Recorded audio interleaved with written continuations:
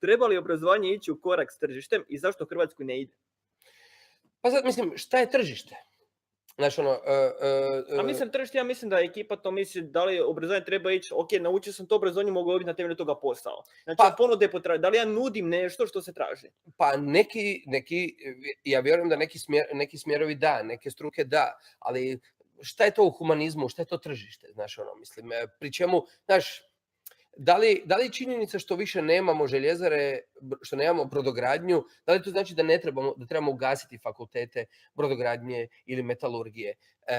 Tu nisam baš ono, dakle, mislim da treba biti sinergija, mislim da treba biti na neki način interakcija onih koji stvaraju tržište, oni koji stvaraju okvir, dakle vlade i znanstvene zajednice. Dakle, to treba biti ne ono tipa da mi gledamo njih ili da oni gledaju nas, nego da nekako zajedno surađujemo. Da. E sad, da li to možemo? Ne. A naš filozofski fakultet ne treba gledati nikoga. Nego jednostavno mi trebamo stvarati što bolje. Dakle, vidimo u kakvom društvu živimo. Ja mislim da to treba biti u kontekstu, ali ako će napraviti filozofski fakultet gledati s obzirom na tržište rada, onda filozofija video igara ili ne znam, tako nikako. Mislim, kad gledaš tako, gdje će dobiti jedan profesor filozofije posao? Mislim, koliko će ih dobiti posao u struci filozofije? Ne postoji tvornica filozofije. Ja studiram filozofiju, ne postoji tvornica filozofa, ali s obzirom na način koji ja razmišljam, ja mogu napraviti podcast, ja mogu pisati, ne znam, nešto novina, mogu napraviti neki novi startup, mogu na puno načina se ubaciti, mogu pisati priče za igrice, mogu puno toga raditi, ali je bitna stvar da ja moram gledati što se danas trenutno događa, a ne biti u čakori i čitati, ok, Hegel je rekao... Kaže, mislim da ne smijemo pratiti jedni druge na način, aha, mi ćemo gledati šta treba tržištu ili tržište će nama reći, nama treba to i to. To mora biti na neki način, to mora biti interakcija i to mora biti nekakva vizija, strategija, a ne ono danas do sutra. Dobro.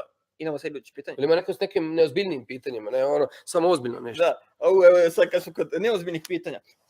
Hoćemo li se ikada osloboditi okova fašista, četnika, ustaša, crvenih i plavih i okrenuti se budućnosti? Pa to ovisi o vama. Dakle, ne više o nama koji smo već na zalasku karijere, to stvarno ovisi o ljudima koji dolaze. Nekad mi je jako drago čuti kako mladi razmišljaju, nekad se užasavam kad čujem kako mladi razmišljaju, tako da bojim se da ako su starije generacije stavile te okove, na mladima je da se tih okova oslobode, a sad, evo. Pa da, i mislim, problem je ako se socijaliziraš tome, ako te roditelji odmah nauče, on je četnik, on je plavi, ovaj je crveni, ovaj takve neke stvari, onda mi to, zato ja opet ciljam. Znaš, moj otac je bio kovinotokar, pa sam ja doktor povijesti. Pa, ne moram baš sve pratiti ovoga što roditelji. Zato po meni bi obrazovanje to trebalo čistiti. Na kraju dana, zato uvijek idem na visoko obrazovanje. Ako visoko obrazovanje napravi dobre učitelje, ako napravi dobre profesore i nastavnike, na kraju dana će oni doći ekipa koja njih mora doći na osnovnu i srednju školu i kasnije doći, ok, ti to misliš, pa ajmo malo preispitati tvoje mišljenje. Neću ja reći tvoje mišljenje u krivu, ne, nego idemo treba samo dopustiti, treba dopustiti različite mišljenja. I to je ta fora. Nadam se da smo ok odgovorili. Dobro.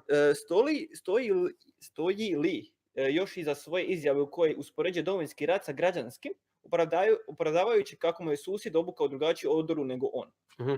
Da, u međuvremenu sam dosta ja o tome i čitao i pratio i sad je možda predugačko da govorim, ali kada je Kolinda Grabar-Kitarović bila kod njemačkog predsjednika, onda je on u službenom, dakle onda je on pozdravio i rekao kako je u Jugoslaviji bio građanski rat. Dakle, mi kad govorimo o građanskom ratu, moramo znati prvo koja je definicija građanskog rata.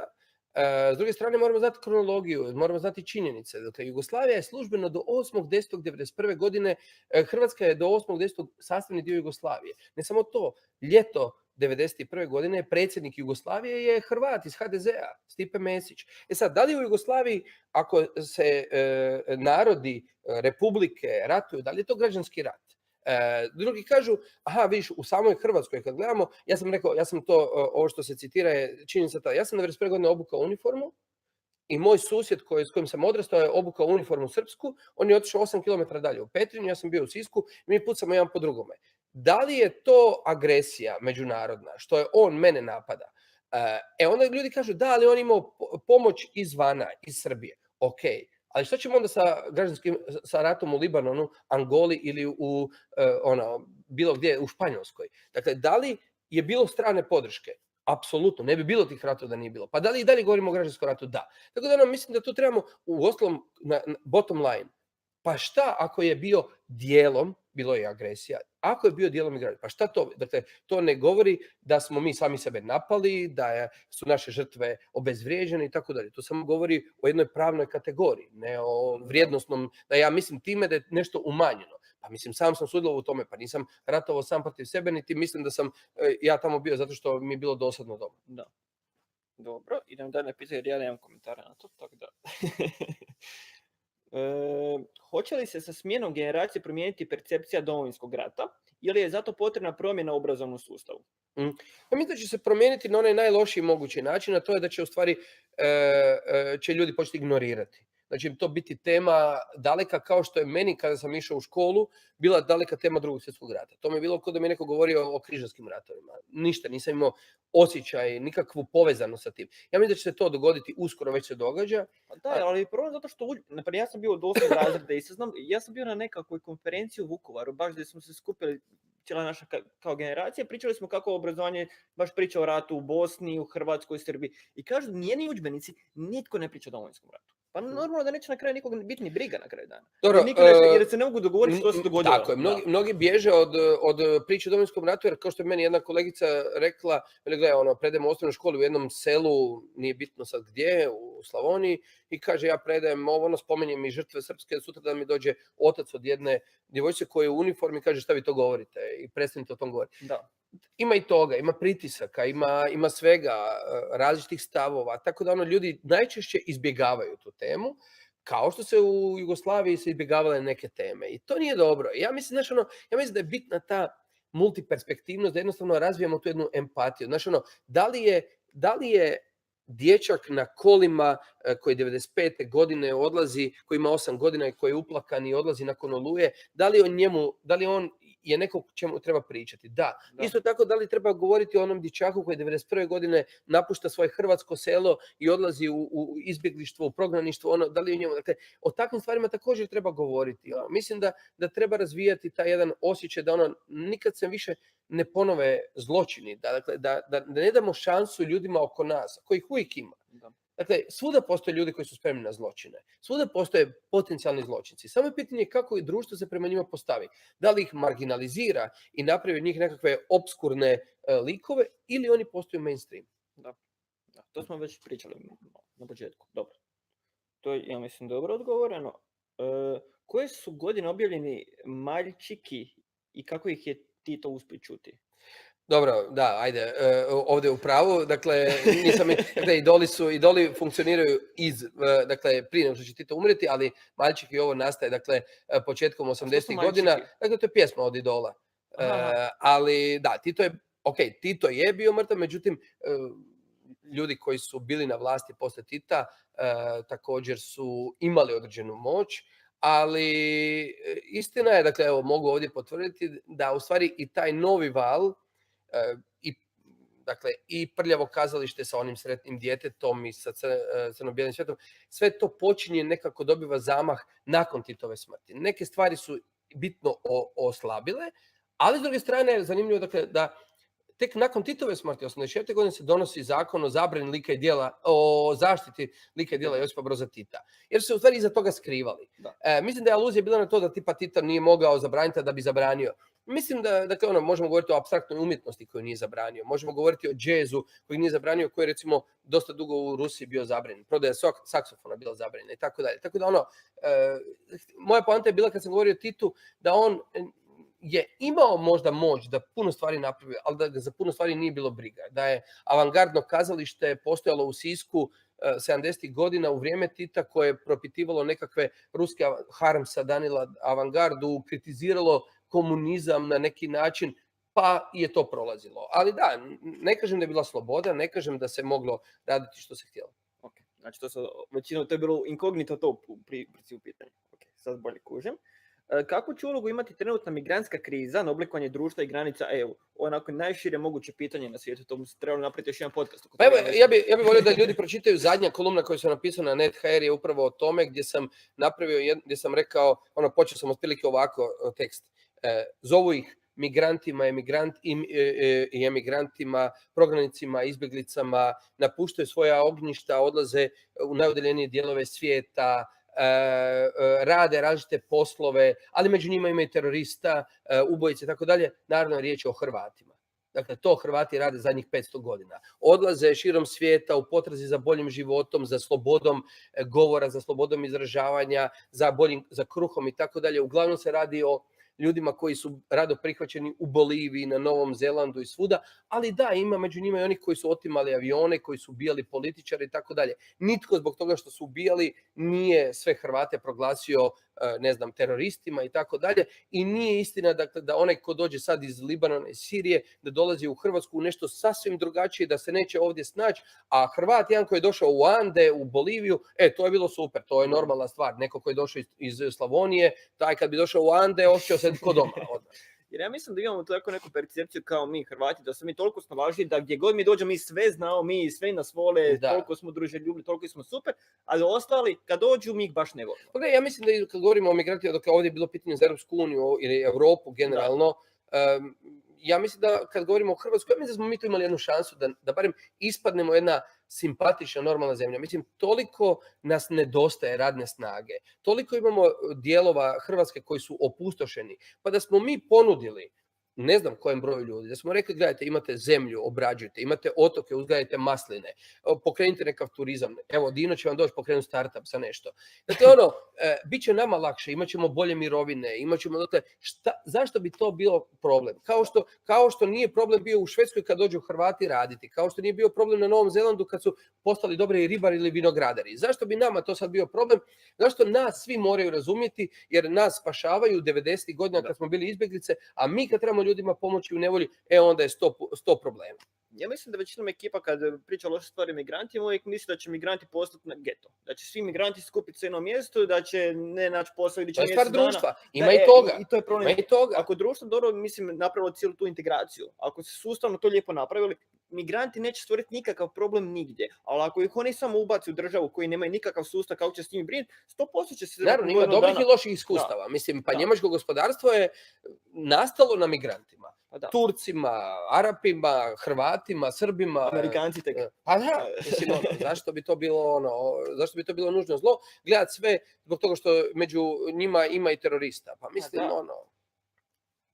To da kažeš hrvatska reprezentacija ne valja jer među njima ima Strinića. Ok, to si ti rekao. Ja bih naveo neke druge primjere. Strinić je bio super na svjetskom prvenstvu, tako da nemam tu šta reći. Ali to je inače kao fora generalno. To si ti isto rekao. A bio je dobar. Dobar je bio. Je to za 3? Dobar je 3. Ok, dobar je bio. A mislim, nije ništa zeznije, to na kraju dana. Lijevi bek je u Hrvatskoj ta fora, ako ne sad imamo super, evo, dobili smo. Jedva ja i sad je to super. A nećemo dobiti. Ma mislim, to je bilo one hit wonder, nadam se da više. Nemoj, šuti, pusti. Imamo još 2 pitanja. Ajde, o nogometu. Jel neko gleda nogomet? Jel neko prati tu nešto? Ljudi samo ozbiljni neki... Dinamo Europsko proljeće 0 boda, a vi tu meni imam pitanje da li je Orješković. Šta? Šta će mi da li je Orješković? Aha, ona pita. Ne. Ili da zovem Daliju? Jel pita da li je Orješković pitanje? Nije, da. Mislite li da više potencijali i mogućnosti imaju stare organizacije stranke ili možda na neki novi pokret primjerice one Dalije Orješković? Pa ja mislim da nije problem u strankama, pokretima, nego u ljudima koji su unutra. Neki su modeli istrošeni zbog ljudi unutra. Mislim, tu je zanimljiva jedna situacija. Pa pogledaj SDP. Ti unutra imaš ljude koji su, koji su mladi ljudi, ali su zadnjih 20 godina tamo. I njih više nitko ne doživljava kao nekakav moguću nekakvu novu krv. Pa to su ljudi koji imaju 40 godina. Mislim, Peđa Grbin, Arsen Bauk, Gordan Maras, oni imaju 40 godina. Bernardić. A Bernardić je još mlađi, da. Tako da to su mladi ljudi. Da li Dalija Orešković? Meni se sviđa što Dalija govori. Mislim da je fali infrastruktura, da je fali logistika i tako dalje, ali bili smo na kavi nedavno, pričali smo i mogu priznati da ono što sam čuo od nje potpisujem. Vrlo mi zvuči onako ležerno, ozbiljno, nije egzistencijalno ugrožena da ulazi u politiku zbog toga. To je bitno, to uvijek kažem. Jedan dopisnik New York Timesa je bio 90. godina na ovim prostorima, onda je rekao, kaže, znate koja je razlika između političara na zapadu i kod vas na Balkanu? Vani se čovjek obogati pa uđe u politiku, a kod vas je obrnuto. Kod vas čovjek uđe u politiku da bi se obogatio. Dakle, Dalija nije taj tip, ima ideje. Ono što mi se jako sviđa kod nje, ona zna koliko ne zna. Svjesna je koliko ne zna i zato razgovara sa različitim ljudima i super, samo kažem, naravno da protiv sebe ima velike sustave, pa sad vidit ćemo. Ma samo se treba treba stvoriti dobru ekipu. To na kraju dana. To je bitno i u startupu i u bilo kojem pogledu. Ako se stvori najbolje jedan dobar tim... Dalje, ako gledaš startup, Dino. Znači, for real. Zove se for real, tako da. Moraš lajkat. For real. Mislim, pričat ću o tome. Možemo poslije pričati. Dobro, i radimo novu društvenu mrežu. Pa zato. Kad falio neku za nogomet? Pa ja sam da prestao igrat nogomet davno, ali da. Za nogomet, super. I onda mi nađemo odmah neko 5 minuta. Ajde, super. Da, ili za dogovaranje neko piće tako. Zato se zove for real, jer kao društvena mreža for real nisu ljudi na mobitela, nego su uživo. Jer se kao druži uživo. Baš dobro. I zadnje pitanje. Slobodni smo i suvereni, no jesmo li pokazali da smo toga i dostojni? S obzirom na stanje u društvu nakon završetka rata. Da, to je ono što mene isto muči kada usporedim ono od kuda smo krenuli i što smo htjeli, a što imamo, bojim se da je odgovor vrlo zabrinjavajući. Čini mi se da nekako, ako je i bilo opravdano način na koji smo mi dobivali samostalnost, da nam je bilo bitnija forma od sadržaja, iako nije smjela biti, ali je sad previše vremena prošlo i čini mi se da i dalje mi imamo Hrvatska, Hrvati, dakle imamo formu, a nemamo sadržaj. Bojim se da političke elite, intelektualne elite, građani sami po sebi, dakle da na neki način nedostaje nekakve vizije, strategije, promišljanja što mi u stvari želimo, kakvo društvo želimo. Dakle, ne može biti dovoljno imamo Hrvatsku. I ne može biti dovoljno da vi kad gradite, dakle, ja gledam neke političke stranke, ove ekstremno desne, i danas grade svoje političke programe protiv Jugoslavije, protiv komunizma, udbaša, lustracija, 2018. godine. I neko glasa za to. Na temelju samo toga. Mijenit ćemo trg maršala Tita i ljudi zbog toga glasaju za neke likove i za neke stranke. Pa je to normalno? Znači, to pokazuje da nemamo sadržaj dalje. Dakle, ako takve stvari prolaze, stvari moraju biti da se HDZ i SDP ne razlikuju po pitanju prošlosti, šta misle o Titu ili o Tuđmanu, nego kakva im je porezna politika, kakva im je vanjska politika, obrazovna politika. U tome se trebaju razlikovati. Dok god se oni razlikuju jedino po tome da li misle o Bleiburgu, o Jasenovcu, o Tuđmanu, o Oluji, ako misle drugačije, tu onda... To je najnebitnija stvar na kraju. Pa mislim, bitna je, ali svakako u kontekstu stvaranja društva, stvaranju budućnosti je manje bitnija od ovoga što smo... Ja gledam kroz svoje oči, kroz oči svoje generacije, mi kad počnemo samo slušati takvu priču, mi samo prebacimo na drugi program. I mislim, to je taj veliki problem, ali mislim da je isto dosta dobar odgovor na to pitanje. I kad god pričam s nekom starijom osobom ili tako osobom koja je starija od mene, većinom kaže fali čvrsta ruka. Evo, kad god neko to kaže, znači 90% demokracije u Hrvatskoj uništava se. Da li nama fali neka čvrsta ruka koja će nama svima sve voditi. Kod da ljudi sami ne znaju za sebe nešto uvijek. Ali to nije bez vraga. Znaš, to nije bez vraga i to recimo kad pogledaš malo u Rusiji je bila nedavno, bila je neka anketa gdje tipa 60% Rusa ne želi demokraciju. Jednostavno žele jakog čovjeka i žele Putina koji će... Kad se tu vratimo 50 godina unazad, kad neko danas, onaj nekakav radnik iz Željezare Siska ili iz Đure Đakovića, ko kaže, mislim, šta me briga za političke stranke, meni je bilo dobro, meni je bilo bolje iz godine u godinu, moje djeci je bilo bolje, a ko je na vlasti, baš me briga. Znači, tako i ovdje sad, dakle, ovi u Rusiji kažu, mi smo danas sila u odnosu na ono što smo bili prije 20 godina, kad smo bili na dnu. Sada smo, zahvaljujući Putinu, to i to. Ja se ne slažem s Putinovim vladanjem, ja sam oštro protiv takvog društva i sve skupa, međutim, vidiš, dakle, postoje ljudi kojima je to dovoljno. A da, zato što oni misle, ok, dobit ćemo posao i nama će biti super. Ali oni ne gledaju takav vlast koja se temelji na karizmi, stvarno, mislim, traje dok je neko živ. I onda kad neko umre, svaka ta vlast propadne. Gledaj, očito imamo različite poglede svi skupa na društvo, na ulogu pojedinca u društvu, na ulogu manjina, ne samo nacionalnih, nego i svih ostalih, dakle, manjinskih grupacija.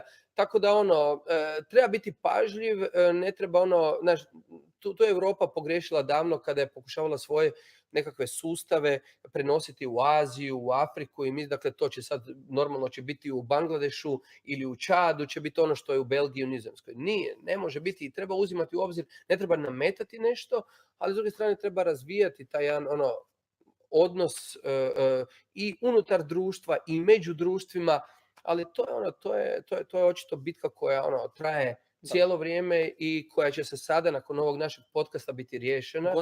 Gotovo je, dakle, nakon ovoga sada mir u svijetu. Mi ćemo biti bogati, mi ćemo čak džaba svim onim misicama što žele mir u svijetu. Nakon nas više neće imati šta, kad ih pitaju šta biste vi, mir u svijetu, gotovo. Zato ćemo biti opet po piku. Opet će biti pik. Ne, misice će reći, do prije podcasta između Dine i Hrvoja sam mislila reći mir u svijetu, a sad ne znam više šta. Čekaj, još jedno pitanje. Ali bar zanimljivo se će vidjeti. Andrej Plenković? Ne. Koliki je značaj pokreta nesvrstanih 70. godina, a koliki danas? Pa danas nije, dakle, nesvrstani znači nesvrstani između dva bloka, između istočnog i zapadnog, dakle, NATO i Varšavskog. Danas, dakle, nema tog svrstavanja, nema drugog bloka. Međutim, ono što ja mislim, gdje smo mi fulali, pazi, dakle, u trenutku kad su nastali nesvrstani, Jugoslavija je na čelu jednog pokreta u kojem je 2/3 svih zemalja na svijetu. Nisu trebali sve uzeti iz toga samo. Pa ne samo to, nego pazi, u tom trenutku su to nerazvijene zemlje. Nekakav tamo Ujedinjeni Arapski Emirati, Katar, Singapur, Indonezija, Indija, bla, bla, bla. Znaš, i oni su školovali kod nas. I umjesto da smo to iskoristili, da smo te ljude koji su danas na vodećim funkcijama u bogatim društvima, da smo ih svake godine samo pozvali u Lisinski ili u HNK i rekli, aha, vi tu ste studirali u Zagrebu, Rijeci, Puli, ovdje, ne znam gdje, sve u Splitu. Ajde sad dođite svake godine, a sad ste vi državnici u bogatim društvima. Ne, mi smo rekli, to je Tito, to je komunizam, aj zdravo. Tako da bojim se da je bilo puno stvari iz prošlosti, kao i što je, dakle, 45. i pobjeda hrvatskog naroda zajedno sa srpskim i ostalim narodima gdje smo pobjedili u Drugom svjetskom ratu, da svake godine u svibnju mi moramo biti, naši predstavnici moraju biti na onoj pozornici sa američkim, sa francuskim, britanskim, ruskim predsjednikom. Tamo, dakle, mora biti netko naš, a ne da se mi toga sramimo i da na dane fašističke borbe ih morate tjerati štapom da dođu tam položiti vijence. Mogli smo to sad lijepo sve iscijeriti, samo uživati tome, a ne samo reći, ok, Jugoslavija nije ni bjež smrt, ovako toga. Tako da, mislim, Mirta, imaš koje pitanje? Pa mislim da smo onda to napravili, to stvarno mi je drago, postali smo bogati ljudi, to je najbitnija stvar od svega i mir je u svijetu. Tako da, ekipa, čujemo se.